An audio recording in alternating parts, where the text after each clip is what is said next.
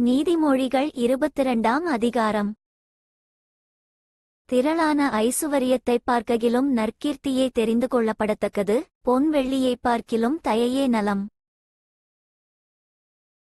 ஐசுவரியவானும் தரித்திரனும் ஒருவரையொருவர் சந்திக்கிறார்கள், அவர்கள் அனைவரையும் உண்டாக்கினவர் கர்த்தர்.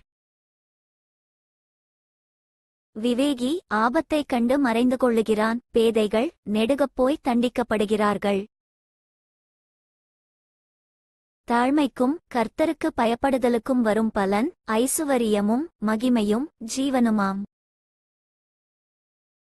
மாறுபாடுள்ளவனுடைய வழியிலே முள்ளுகளும் கண்ணிகளும் உண்டு, தன் ஆத்துமாவை காக்கிறவன் அவைகளுக்கு தூரமாய் விலகிப் போவான். பிள்ளையானவன் நடக்க வேண்டிய வழியிலே அவனை நடத்து, அவன் முதிர்வயதிலும் அதை விடாதிருப்பான். ஐசுவரியவான் தரித்திரனை ஆளுகிறான், கடன் வாங்கினவன் கடன் கொடுத்தவனுக்கு அடிமை. அநியாயத்தை விதைக்கிறவன் வருத்தத்தை அறுப்பான், அவன் உக்கிரத்தின் மிலாறு ஒழியும். கருணைக்கண்ணன் ஆசீர்வதிக்கப்படுவான், அவன் தன் ஆகாரத்தில் தரித்திரனுக்கு கொடுக்கிறான். பரியாசக்காரனை துரத்திவிடு, அப்பொழுது வாது நீங்கும், விரோதமும் அவமானமும் ஒழியும். சுத்த இருதயத்தை விரும்புகிறவனுடைய உதடுகள் இனிமையானவைகள், ராஜா அவனுக்கு சிநேகிதனாவான். கர்த்தருடைய கண்கள் ஞானத்தை காக்கும், துரோகிகளின் வார்த்தைகளையோ அவர் தாறுமாறாக்குகிறார். வெளியிலே சிங்கம், வீதியிலே கொலையுண்பேன் என்று சோம்பேறி சொல்லுவான். பரஸ்திரீகளின் வாய் ஆழமான படுகுழி, கர்த்தருடைய கோபத்திற்கு ஏதுவானவன் அதிலே விழுவான். பிள்ளையின் நெஞ்சில் மதியீனம் ஒட்டியிருக்கும், அதைத் தண்டனையின் பிரம்பு அவனை விட்டு அகற்றும். தனக்கு அதிகம் உண்டாகத் தரித்திரனை ஒட்டுக்குகிறவன் தனக்கு குறைச்சலுண்டாகவே ஐசுவரியவானுக்குக் கொடுப்பான்.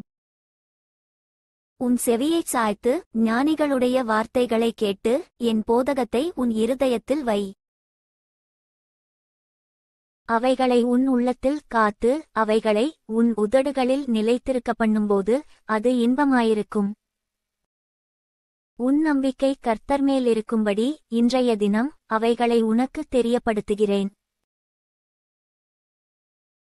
சத்திய வார்த்தைகளின் யதார்த்தத்தை நான் உனக்கு தெரிவிக்கும்படிக்கும் நீ உன்னை அனுப்பினவர்களுக்கு சத்திய வார்த்தைகளை மறுமொழியாக சொல்லும்படிக்கும்.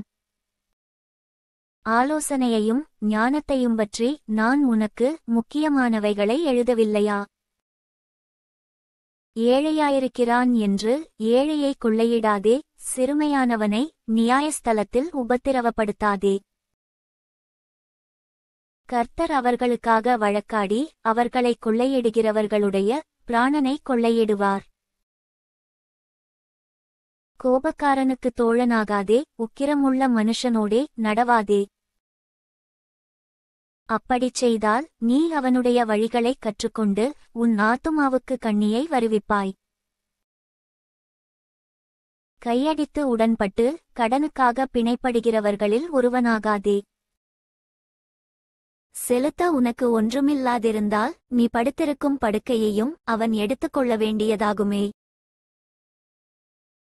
உன் பிதாக்கள் நாட்டின பூர்வ எல்லைக்குறியை மாற்றாதே.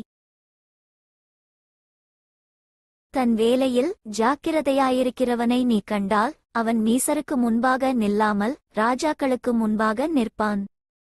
For more videos subscribe and like my channel.